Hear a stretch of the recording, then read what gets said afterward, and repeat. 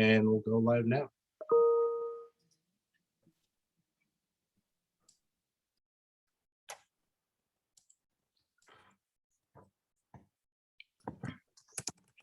I'll give a thumbs up when I think we have our attendees on.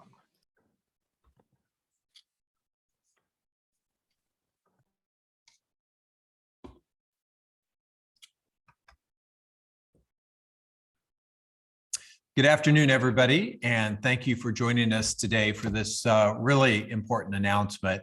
I am so incredibly pleased to be joined by Representative Melanie Stansbury, Senator Ben Ray Lujan, Representative Teresa Leger Fernandez, New Mexico Representative Mo Maestas, Jessa Cowdery from CHI St. Joseph Children, and Lori Martinez from Engage New Mexico. Today, we are announcing federal legislation to invest in New Mexico's future, in our children. Representative Stansbury and I are introducing the New Mexico Education Enhancement Act, and this bill that you will see our almost our entire delegation on here provides congressional consent for the proposed constitutional amendment that the New Mexico legislature passed earlier this year. Passing House Joint Resolution 1 at the state level was a long time in the making. The bill we're announcing today affirms New Mexico's commitment to our children by allowing voters to decide whether to invest a sustainable portion of our state's land grant permanent fund in early childhood education and K-12 public schools. I have said that the key to making New Mexico the best place to raise a family, to start a business, to find a good paying job, or to hire the best and brightest employees is to invest more in our kids. And the pandemic has reinforced the vital role of childcare and early learning for our children, for working parents, and for all of our communities. That's why I fought so hard to pass the American Rescue Plan earlier this year that provided more than $1 billion to help New Mexico's public schools reopen for in-person instruction. We also expanded the child tax credit in the American Rescue Plan and made it available in monthly payments. Nearly every child, about 95% of the children in our state, have benefited from this working class tax cut. Experts have found that the child tax credit has cut childhood poverty in half nationwide. And our delegation is working hard to continue the expanded child tax credit and to lower costs for parents for childcare and universal pre-K in the Build Back Better Act. But if we truly want to change the trajectory of our children's future, we must make a broader commitment at the state level to invest in our children's earliest years of development. New Mexico's children are just as capable, just as talented as children anywhere else in the country. But for far too long, our state has underinvested in them. Too many of our kids are showing up to kindergarten so far behind their classmates that they can't catch up even over time. And that negatively impacts New Mexico's workforce and our competitiveness.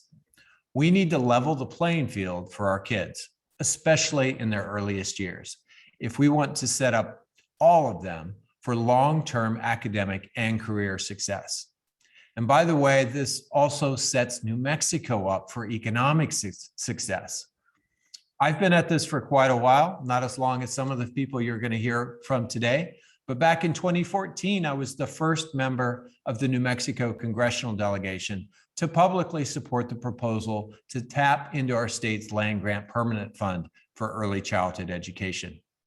Over the years, I have been proud to stand with the community organizations and advocates from all across our state who led the long, hard-fought campaign to pass this resolution in the state legislature.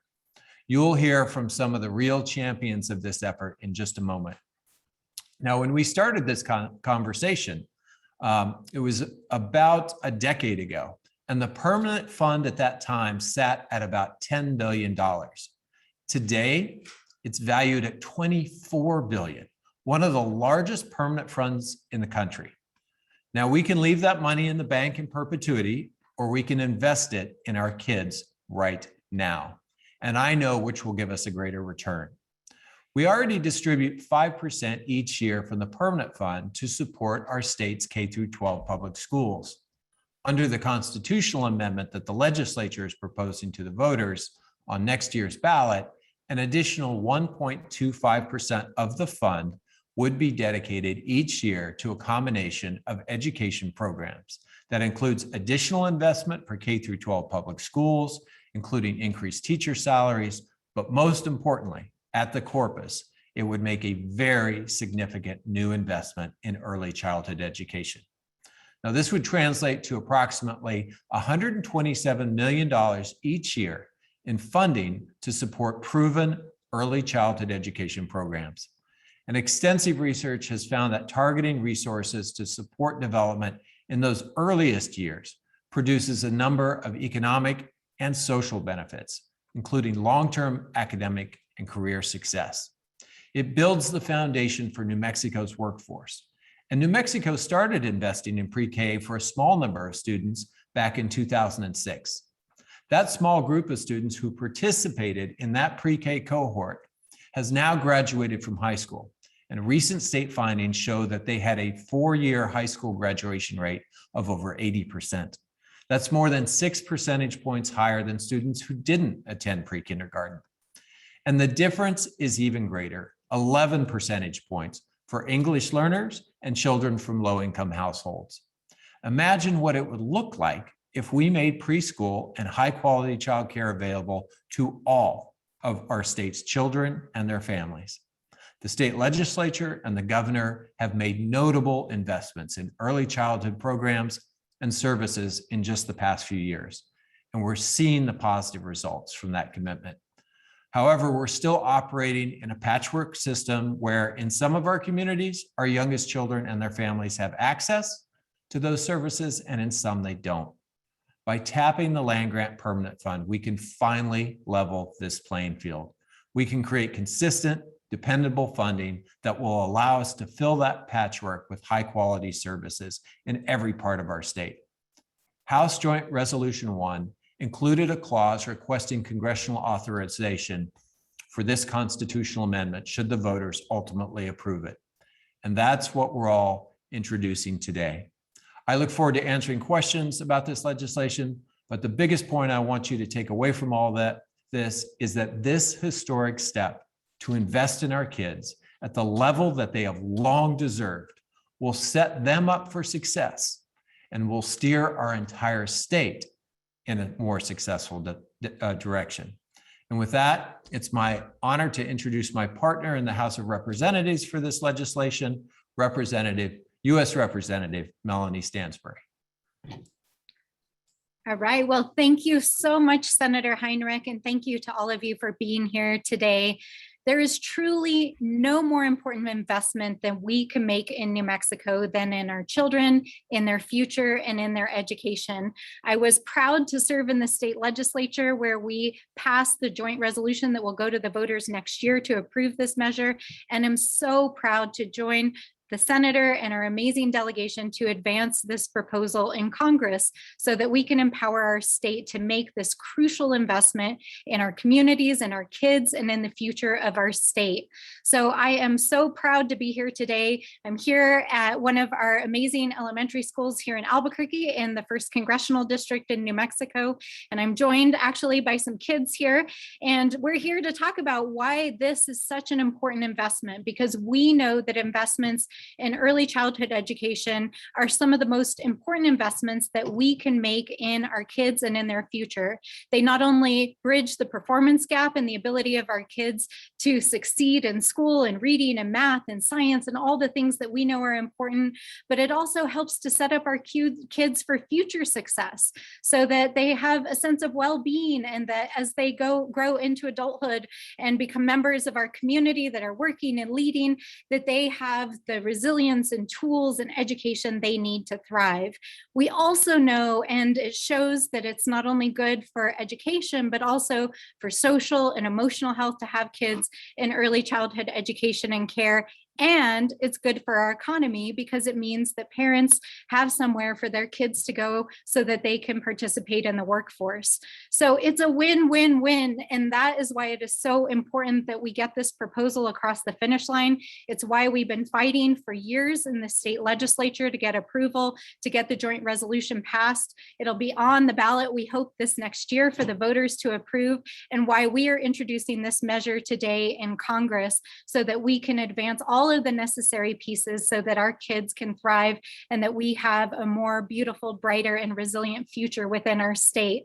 So I am proud to be here standing alongside the advocates who have worked for years and years to advance this proposal, along with the state legislators, including Representative Maestas, who is a friend and a colleague who I served with in the legislature and who I grew up not far from, and who has really made it his life's work to advance this proposal.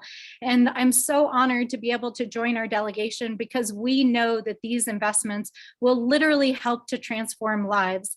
And when you couple it with the investments that we are proposing in the Build Back Better Act, which we passed out of the House a couple of weeks ago, and we are working to try to get out of the Senate, we know that New Mexico will have one of the best single early childhood education programs in the country, and that we will be able to advance our kids, their future, and invest in their well-being by doing this. So it's so important that we get this across the finish line, that we couple this with the investments that are in the Build Back Better Act and the creation of our nation's first universal pre-K system, and that we advance all of the efforts that we're doing along with the governor and our legislature to invest in early childhood education, K through 12, our public school systems. As a graduate of Albuquerque Public Schools, I'm especially proud to advance this proposal and help to support our public schools and educators and teachers who are in the classroom every day working with our kids. And with that, I will turn it back to our amazing senator who is going to kick off the rest of our delegation, who will share their thoughts about why this investment in our kids is so crucial. Thank you so much, Senator. Thank you, Representative Stansbury. And it's my honor now to introduce my partner and friend and colleague, Senator Ben Ray Lujan. Well, thank you, Senator Heinrich, for the introduction, and to Representative Stansbury and Ledger Fernandez, New Mexico's State Representative Maestas, and Vice President of St. Joseph's Children, Jessica Cowdrey and Lori Martinez, for joining this important call.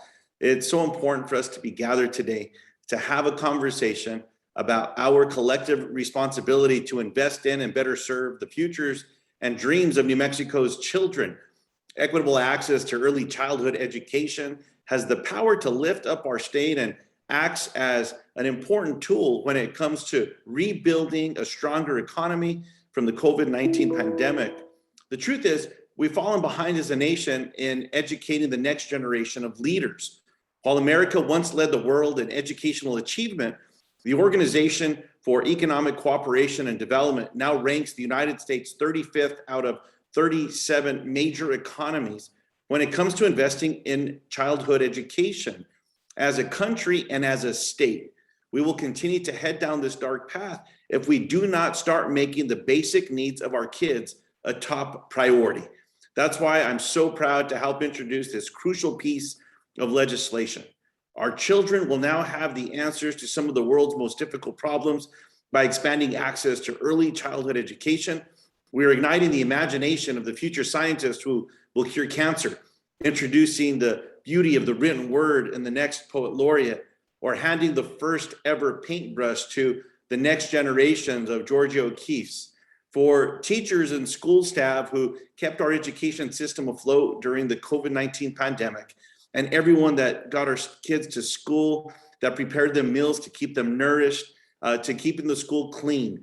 This investment is our state's educational system, in our state educational system, will mean more dollars to help compensate for learning loss due to COVID-19, including a long overdue salary increase for New Mexico's teachers.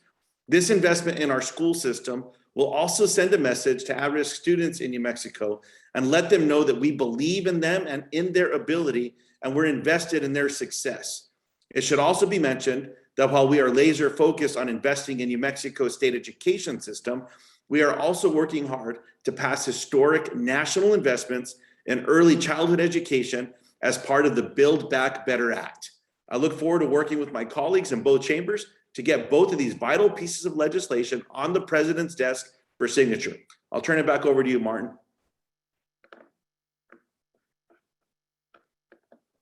Sorry about that. Thank you, Senator. And next, I want to introduce somebody who brings incredible passion to this issue, Representative Teresa Ledger Fernandez. Thank you so much, Senator Lujan, Senator Heinrich, Representative Stansbury. I am overjoyed. I'm so overjoyed to be introducing this legislation with you, but I am also so thankful for the coalition. Visionary and vision. Those are the two words that strike me when we talk about what we're doing today. The coalition that dedicated years, a decade to placing this constitutional amendment on the ballot are visionaries who can see a future where our children are thriving, a future where our youngest children have had the educational opportunities to realize their dreams, where they are graduating from high school and moving on to the next stage of their education with confidence, whether that's medical school, engineering, or becoming welders and, building the best something, right, that they will be able to do because they learned it, because they have that confidence that comes when you have had a quality education from your youngest years. Listen, like Senator Lujan, I am a Head Start baby. And that's where I fell in love with learning. And I want every child in New Mexico and across our beautiful America to fall in love with learning at their earliest age possible. So I admire your hard work, the coalition, Representative Maestas, everybody who is on here. It took determination and perseverance. And because of you, we are at this historic moment. And New Mexicans will have the opportunity to make their voices heard at the polls next year. I hope those voices say, yes, we want to invest in our children. We want to invest in our future. I'm going to be saying that, and I look forward to the people of New Mexico saying that.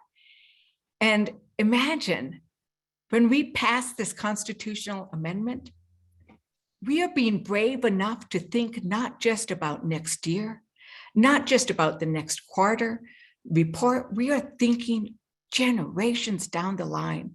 That's why it's visionary.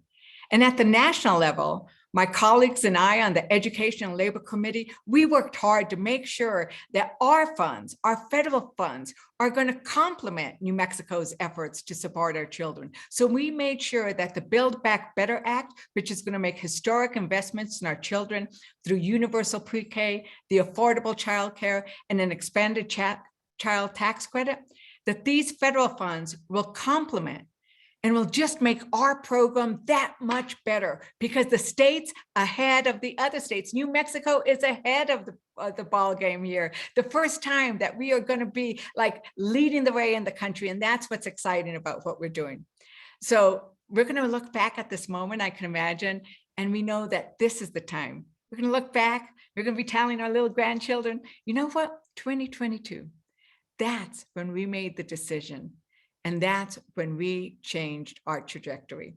So Representative Melanie Stansbury and I are members of the Natural Resource Committee, where this bill was referred. We commit to you that we will make sure we will give all of our energy to make sure that this bill is passed. So we are ready. So we will have the federal authorization when the constitutional amendment passes next fall. So I want to thank you, Congresswoman Stansbury and Senator Heinrich, for introducing this legislation. I look forward to championing its passage. And I can't wait till we celebrate and start cutting the ribbons on those early pre-child care centers that we're going to be doing. Because yes, we've all said it. When we invest in our children, we invest in our future. Muchísimas gracias a todos ustedes. Thank you so much for your work. Thank you, Representative. And next, we're going to hear from the longtime House champion of this amendment in the legislature, New Mexico Representative Mo Maestas. Thank you so much, Senator Heinrich. Thank you, Senator Lujan. Congresswoman Stansberry, Congresswoman Leger Fernandez, and of course, Jessa Cowdery, longtime champion, and Lori Martinez. It is a tremendous pleasure to be here on this press conference and to announce the congressional legislation that will ensure that the money is distributed from the Land Grant Permanent Fund for early childhood educational programs. For the folks back east, my mentor, and when this bill was first introduced, the Speaker of the House was Senator Lujan's dad, Ben Lujan, who was my mentor in the House. And of course, one of my co-sponsors this past year was Congresswoman Stansberry, who now serves us in Washington. So let's remind our friends in Congress that New Mexico has been tremendously responsible with regards to our public lands and the money that's derived from our public lands. We have over 9 million acres of state lands, over 13 million acres of mineral rights underneath those lands, where land, money was derived from timber and grazing back in the day. Now it's primarily natural gas and crude oil drilling. The fund actually, Senator, in the last SIC report has gone above $25 billion. $25 billion that we have produced and made great decisions on. In 1957, the legislature created the State Investment Council. We were one of the first states in the country to allow investing in stocks of our permanent fund monies. And the fund has just astronomically grown, particularly in the past 10 years, because our fund is unique. Not only does it grow through financial investments, but it grows through cash infusions from the state land office. So it can handle a distribution of above 5%. And we have a 5% rolling average in which in real time with the stock market growing so much, it's actually hovering around 3.6, 3.7. So this additional distribution is historic. It's going to be money well spent. The fund will still outgrow inflation above the distribution. But more importantly, like you all have said, it's really a turning point in the state of New Mexico where we're not just saving for that next disaster, but we're forging our future. We're grasping our future. We have the confidence in ourselves as New Mexicans to spend the money wisely and build out these programs and change New Mexico forever. So I'm grateful to be here, and I thank you all for introducing this legislation. Let's get it done.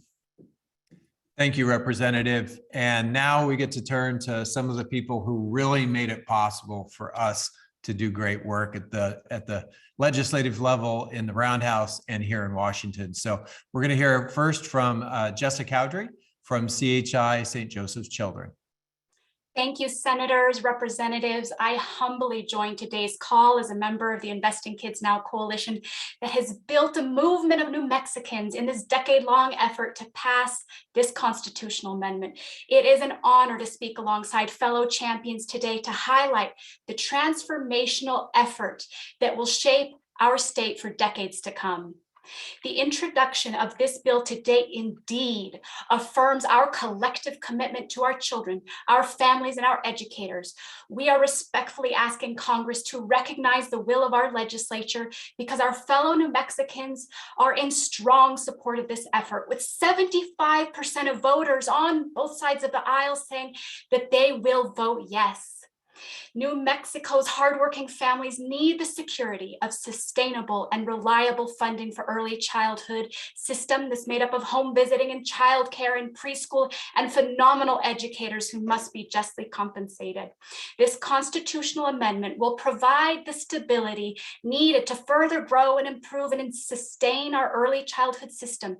Stability that at times is lacking at times with our oil revenue roller coaster and the ebb and flow of federal funding. This constitutional amendment is unique in that it will fund programs for generations to come. At the end of the day, this movement for children, families, and educators is about racial justice, social justice. It's about intergenerational justice. Our children are worth it. Our children of color are worth it. Women of color are worth it. New Mexico's hardworking families are worth it. Our movement is grounded in advancing justice. And by making an amendment to our state's constitution, we are enacting a redistribution to those who too often are left behind. We are the change we want to see for our beloved communities. We are shepherding a new day for New Mexico. We will lead the nation in early childhood education that is linguistically and culturally responsive for all of our diverse and beloved communities by passing this constitutional amendment. So thank you, Senators, thank you, Representatives, for your immense leadership in this profound movement. Thank you, Jessa. And now we get to hear from Lori Martinez, the Executive Director of Engage New Mexico. Thank you so much. It's such an honor to be here with all of you today. As you know by now, for over a decade, early childhood educators, parents, advocates, members of the business community, and so many more have pushed for New Mexico to commit recurring dollars from the State Land Grant Fund for Early Childhood Education, where we know the return on investment is just absolutely astounding.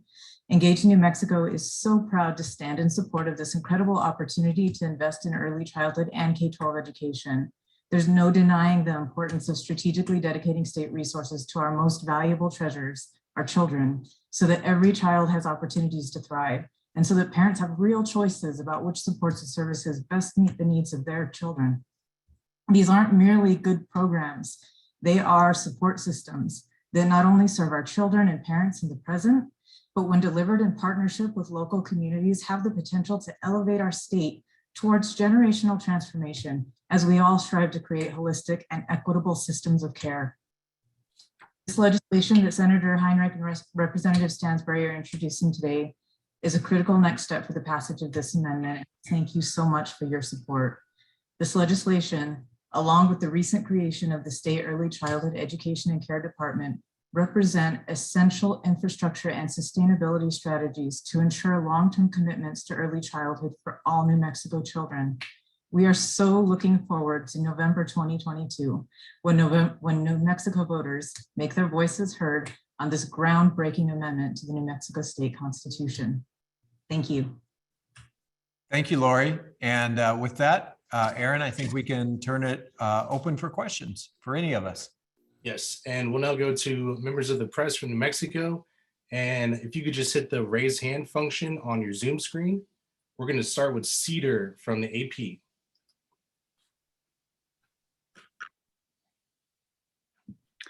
Hi, everyone. Thanks for holding this availability and for taking our questions.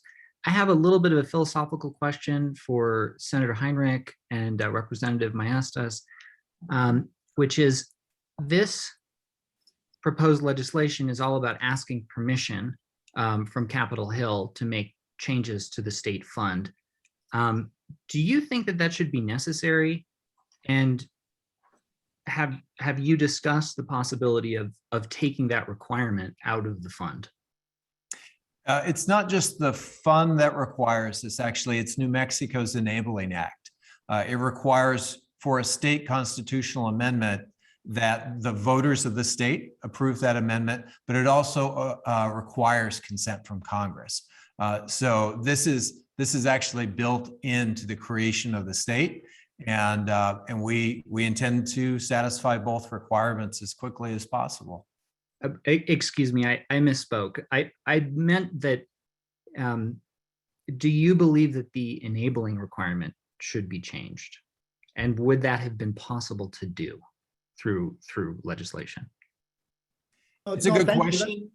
Mo, do you want to jump in here? Yeah, thank you, Senator. No, it's a fascinating question. I mean, we took a deep dive into the history of the Enabling Act and the fund.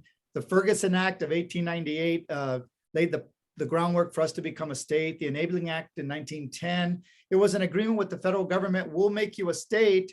We'll grant these lands to state government, but you got to take good care of them and make money so that, you know, we don't have, you're not a ward of the federal government. And we've proven that we're not. So yeah, maybe someday down the road, we can deal with that. But as of right now, we're going to fulfill our obligations under our Constitution, our agreement with the federal government, and get congressional consent. All right, and thank you, Cedar. And I think I saw Jessica Pollard with Santa Fe, New Mexican. Did you still want to ask a question, Jessica?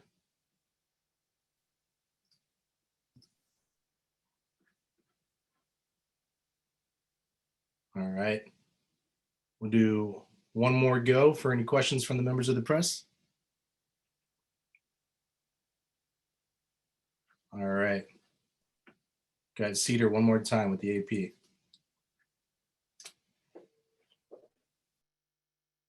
Hopefully this is on my colleagues' minds as well, which is, can you discuss the importance of oil revenue at this point in the endowment's history, and kind of contrast that with some of your goals around renewable energy, over the next decade? So I'm happy to take a crack at that, but I also want to offer it up. I know Representative Stansbury worked a lot on transition and the fact that we have had income into the state for many years in the traditional energy sector, and now we're starting to make that transition to the clean energy sector. But throughout all of this, making sure that we have adequate revenue at the state level to support public education has been sort of the North Star for both the state land office and I would say the legislature as well. Representatives and former representatives, do any of you want to jump in on that? Thank you, Senator. I'm happy to add a few thoughts, and I'd love to also kick it over to Representative Maestas as well, who's given a lot of thought to this over the years.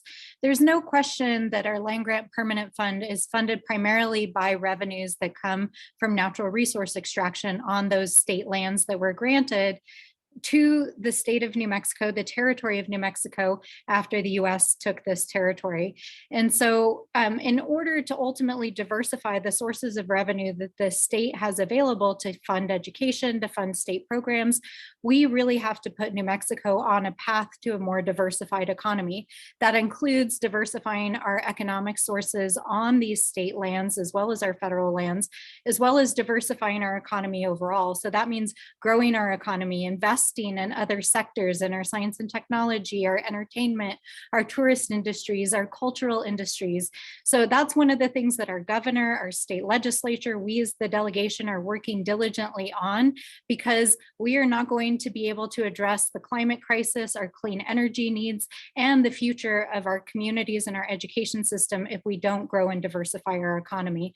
So in the short term, we have to make the best use of these funds, and we have been so blessed and fortunate to have the largesse of one of the largest single growths in income from oil and gas revenues over the last 3 to 4 years because of the boom that's happening right now in the state of New Mexico. We need to make sure that we invest those funds now while we can in our future, which is our kids, and grow our economy over the long term so that we can replace funds that in the future we know we are going to need to have a sound basis for our state programs, our education system, and for opportunities for our families and kids. Yes, and I would say that this is something that we understand. I think there's two ways of approaching what's going to be happening in this industry. One is to pretend it's not going to happen, is to ignore it. And the second approach is to prepare for it. So I introduced a bill called the Just Transition for Energy Communities, which is a step towards that, which actually specifically calls for investments in those energy communities that have fueled America's growth. And that means New Mexico, right? Both in our oil and gas and our coal communities, where we need to start investing in those communities to diversify. So we need to actually do those bills. We have had lots of conversations at the federal level. I began raising this issue, as soon as I got here, it's like figured out how to hit the raise hand button like you're doing now. And our delegation has made sure that our colleagues understand the predicament that we are in, but we are not the only state that is in this predicament of needing to say, how do we make sure that the tax revenues and the royalty revenues are actually there for as this transition happens. So that's what you see us working on. And I can tell you that we are all raising this issue and diligently looking for opportunities. There was some opportunities in the infrastructure bill. There's additional opportunities in the Build Back Better bill. And it's when we say, let's jump on it, let's fix this, let's prepare for it. It's that same vision that the people on this press call had about making sure we got the constitutional amendment in, of saying we need to prepare for the future, not ignore it. And that's what we're doing. Because also, as Jessa Sanchez mentioned, we've had this boom and bust. And so what we also want to do is level out the boom and bust, invest, as Representative Stansbury said, now that we are in a boom, but then also prepare ourselves for a bust and for a decline in those revenues. And that is something that we are laser focused on, is what I heard. And I think that's a good term. And Representative Maestas, you want to jump in there? Thank you, Senator. These are great questions. 2 quick points and then a comment. One is, The distribution of the fund is on a 5-year rolling average. So it'll be 6.25, but in real time, it'll be closer to like 4.9 or 5. So the distribution can handle itself and keep up with inflation strictly on the financial investments of the fund, number one. Number two, these contractual obligations are locked in. The state actually owns the crude oil. The company leases the land above the oil. When the oil reaches the surface of the land, it changes property rights, and then they sell it on the international market, and we get some of that. So those contracts are locked in. But what we're doing as a state, and hopefully leading the nation, is being the first state, or one of the first states, to use all renewable energies. So all of our policies and in moving towards electric vehicles and the rest will do our part and more in lowering the demand for these types of energy sources. And in the meantime, there's actually an inverse correlation between the size of a state's fund and the size of its poverty. And so by using this fund to build a future, we can build an economy, offset any monies that the fund would have produced, once we no longer need crude oil in our economies, and we'll be ahead of the game in that respect. And Representative, I want to say kudos to the state for recognizing decades and decades ago, when this first started, that these were non-renewable resources and non-renewable income. And so instead of putting that directly into the general fund and trying to pay for this year's educational efforts, putting it into a permanent fund, investing that, growing it, and creating a sustainable income for the education of our children. Absolutely. And now that we have the early childhood department, strong executive leadership, we have the confidence to make this happen. All right, we'll do a last call for any reporters that have any questions. 2 seconds. And seeing none, Gabriella put the email in the chat box. Please feel free to email press@heinrich.senate.gov. Thank you to all for joining today. Thanks, everyone. Let's go make history, folks. Thank you. Thank you, Senator. Bye-bye. Merry Christmas. Happy holidays. Merry Christmas.